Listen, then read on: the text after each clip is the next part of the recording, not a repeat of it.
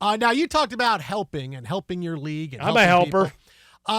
Yesterday, we did a pretty big topic on ESPN buying NFL Network and the RedZone.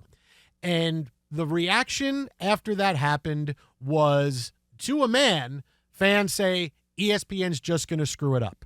Whether they feel that ESPN's going to be too woke or they're going to force feed personalities I can't stand on me, and Stephen A. Smith is going to host the RedZone. Touchdown Eagles! Touchdown Eagles! Like, whatever's going to happen. They're going to find a way to ruin it. And, and we talked about this last night. We went viral for us that if you're ESPN and the reaction to the worldwide leader getting more football from the fans is we're going to ruin it, you need to look in the mirror and figure out how to change the optics and reputation of the worldwide leader. Because this is not, ESPN is not some sort of fly-by-night streaming service that has a lot of money saying, hey, we're going to buy some NFL games. Oh, okay, great. What is it? Yeah, no, we're going to put it on Paramount Plus Plus. No, Paramount Plus. No, Paramount Plus Plus. It's the second Paramount. It's Paramount Plus Plus. Yeah, don't worry about it. We'll find. It shows Top Gun Maverick, and then we show all the NFL stuff. So this is the status of ESPN right now. It is a look in the mirror moment of this is the image of the company that has been leading the sports world for the better part of the last 50 years, right? And then today, somehow that story got worse. Because today it was announced, another big moment for ESPN. They announced a big partnership with the WWE. WWE is bringing a lot of events to ESPN that ESPN is going to stream on different platforms. There's a lot of inside baseball with this in business, but basically WWE is going to bring live premiere events to ESPN. I'm sure some of them will be part of the ESPN app and streaming service you have to buy. Some of them will be on free ESPN as well. So this is going to be a new world for the WWE. And does it seem to be that different from what the WWE has going on now? No, not really. Will there be a little bit more pay-per-view? Probably. Will there still be a lot of free events? Probably. But the general reaction from everybody, and look, the two most popular and most vociferous, I would say, fan bases, most rabid fan bases in the world, well, three. You have English Premier League Soccer, the NFL, and WWE. Those are the most rabid fan bases you could possibly imagine. You had the NFL fan base thinking you're just going to screw up the NFL, and now all day today was WWE. ESPN's going to find a way to screw it up. I'm not wind up paying so much money for this because look, WWE puts pay-per-view events on all the time. You want to follow the storylines and not miss anything. Whereas with the NFL, okay, if I miss the Jets losing 28-3, I miss the Jets losing 28-3. But I want to see all this. So you see how upset that the fans are, and again, with this, it was even more rabid than it was a day ago because you had fans upset knowing full well this is money coming out of my pocket at some point. Now, is it going to be as much as people want to make it believe? No, because look, ESPN's not going to, look, they've been doing this for a while. Are they going to do some stuff to help themselves out? Yeah. Is the future of sports streaming? Yes, we've talked about this, whether it's ESPN or Fox or Paramount or Max, whatever it is, the future of sports is streaming. So it's not going to be that bad, but you see the reaction of the fans being that they're just going to ruin the WWE. And now people are so pissed at ESPN for they're pissed at WWE. I mean, that's amazing. They're so pissed at ESPN. They're pissed at WWE for going to ESPN. That's how bad an optic this is. That ESPN, they got to take some of this money and figure out a way to change the network's reputation and optics because, wow, I can't get over that this is where it's at. Again, America 2025. Well, we'd already seen it happening for years with your different talent appearing on ESPN properties, morning shows, whatever, to do announcements. Certainly had seen that part of NFL Network as well. Plenty of NFL players with big NFL fan bases and ties. Seth Rollins, the new champ. He's a Bears guy. Bailey, one of my favorites. She's a big 49ers fan, so there's always these ties. She hangs out with George Kittle a bunch, whatever else. But the fine print was what, got lost in all of this. Like, if you have a cable subscription that you get ESPN, you will get access. You'll get it. Yes, you will get access, right? What you still have is this weird convergence or now it's more disparate, is that you've got the Netflix deal has a couple more years for WWE. You've got the Peacock deal that still has another couple of years, but now you have the premium live events eventually going all in to this ESPN deal.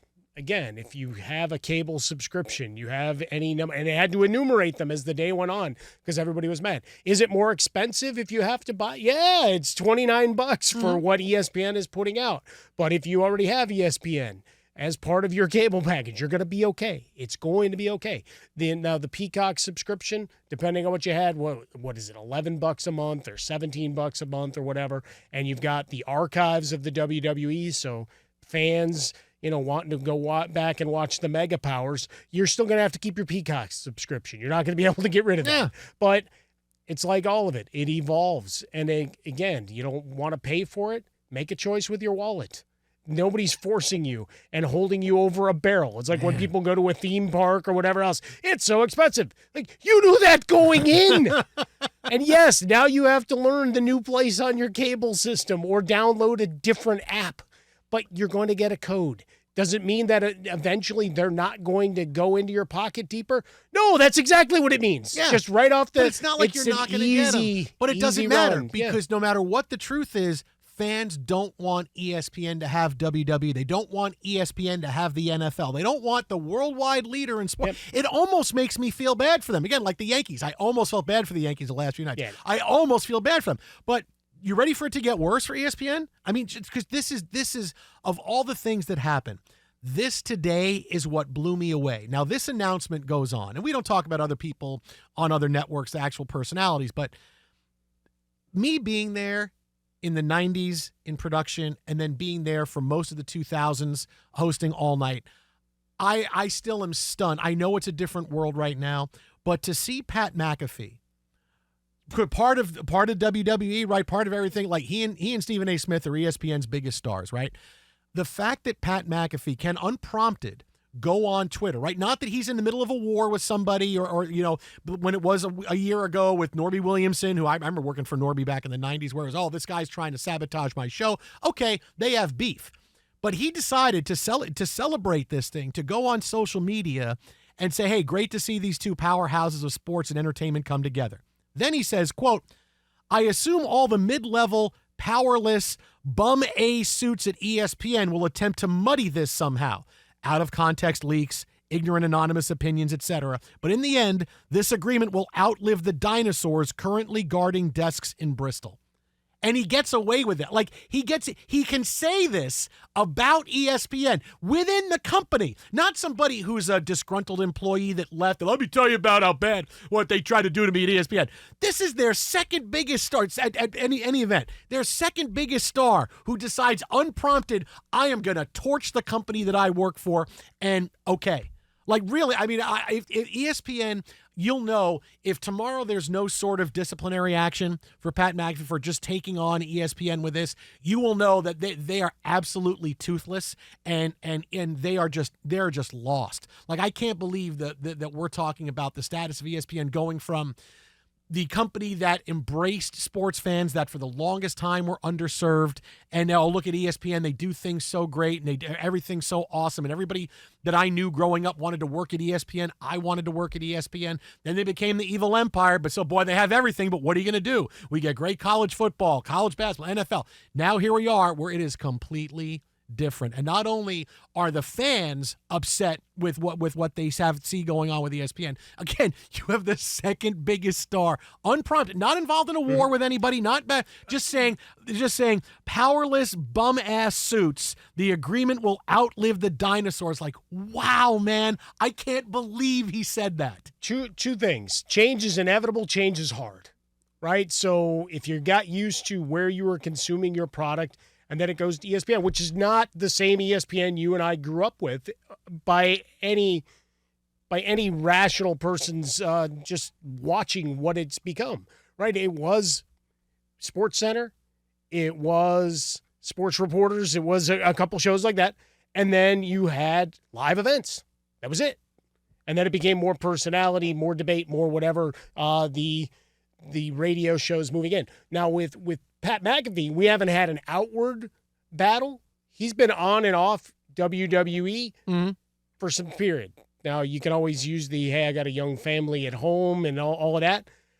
I don't doubt for a minute there haven't been a bunch of battles about his involvement with the WWE and taking time away, and whether it was affecting his product with ESPN by some of these nameless middle managers. So the fact that this deal now got signed, he's taking the baseball bat out. I mean, and he's going to town as if he's Robert De Niro. This is team. How it got worse for ESPN. Two big announcements, and all it does is just it's boom. You got a $1.6 billion deal, but it's like, this is bad. Body blow, body blow. And I mean, really, and really, to have the thing is to have McAfee say this on a day in which is a big celebration day, and yes, I'm happy for that, but all these bum-ass suits, all these diners, all these bad people, it's almost like he's like a WWE villain. Like, I'm gonna criticize it, but it's not part of his script, because that's how he feels. Well, but owning it to the fact that there might have been things in the works for a long time that got muddied up, and that's exactly who he's calling out. It's like, it got done in spite of you. Wow. And now he's doing a victory dance. But I don't know. But I don't think people are